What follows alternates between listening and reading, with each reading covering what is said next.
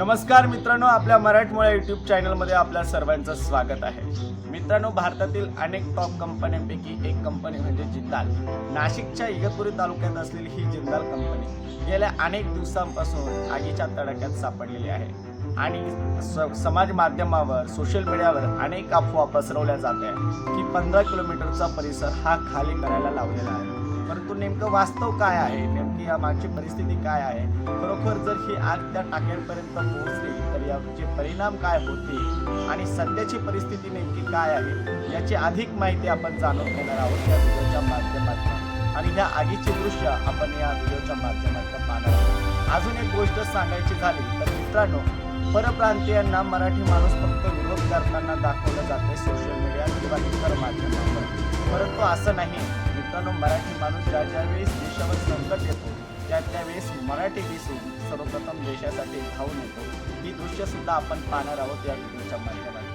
मित्रांनो, स्थानिक भूमिपुत्रांनी या परप्रांतीय मजूर काम करत होते या जिंदाल कंपनीमध्ये आणि आग लागल्यानंतर या मजुरांसाठी राहण्याची व्यवस्था, खाण्यापिण्याची व्यवस्था तिथल्या स्थानिक भूमिपुत्रांनी केलेले आहे. त्या भूमिपुत्रांचं मनोगत देखील आपण या व्हिडिओच्या माध्यमातून पाहणार आहोत. नेमकी सध्याची परिस्थिती काय आहे जिंदाल कंपनीच्या आगी संदर्भात, चला जाणून घेऊया अधिक सविस्तर.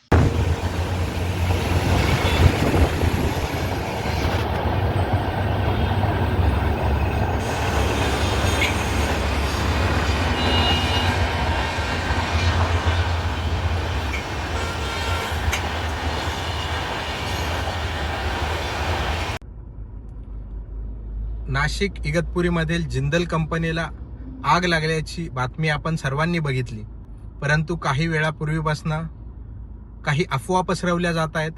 त्याचप्रमाणे प्रसार माध्यमांवरती येणाऱ्या बातम्यांमध्ये 15 किलोमीटर पर्यंतचा परिसर खाली करायला नागरिकांना सांगितल्याच्या बातम्या आल्या, परंतु असा कुठलाही प्रशासकीय आदेश अजून आपल्यापर्यंत आलेला नाहीये.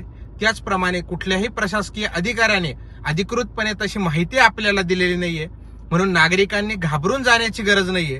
1 किलोमीटर पर्यंतचा परिसर त्यांनी सॅनिटाईज करायला सुरुवात केलेली आहे, परंतु त्या पलीकडे कुठल्याही 3 किलोमीटर पर्यंतच्या गावांनाही अजून आदेश आलेला नाहीये की नागरिकांनी स्थलांतर करावं. म्हणून या अफवा आपण सुद्धा पसरवण्यापासून थांबवलं पाहिजे. त्याचप्रमाणे नागरिकांमध्ये जे भीतीचं वातावरण आहे ते आपण सगळ्यांनी कमी करण्यासाठी मदत केली पाहिजे.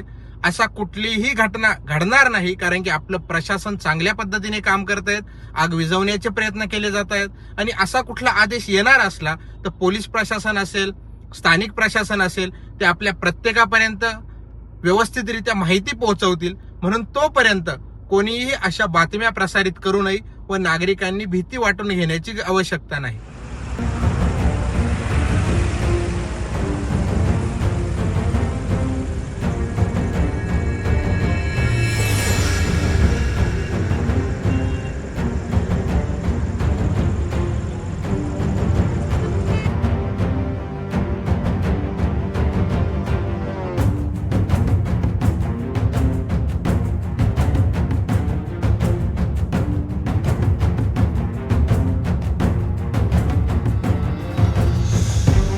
नमस्कार, मी ओमकार पवार, प्रांताधिकारी इगतपुरी.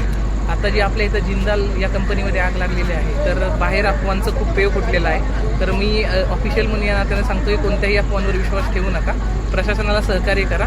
कुणीही गाव सोडून जायची जोपर्यंत प्रशासनाच्या सूचना येत नाहीत तोपर्यंत गरज नाही आहे. आणि आम्ही इथं वॉच ठेवून आहोत आणि तुम्ही सगळे सेफ आहात आणि सहकार्याची अपेक्षा आहे. अफवांवर विश्वास ठेवू नका. धन्यवाद.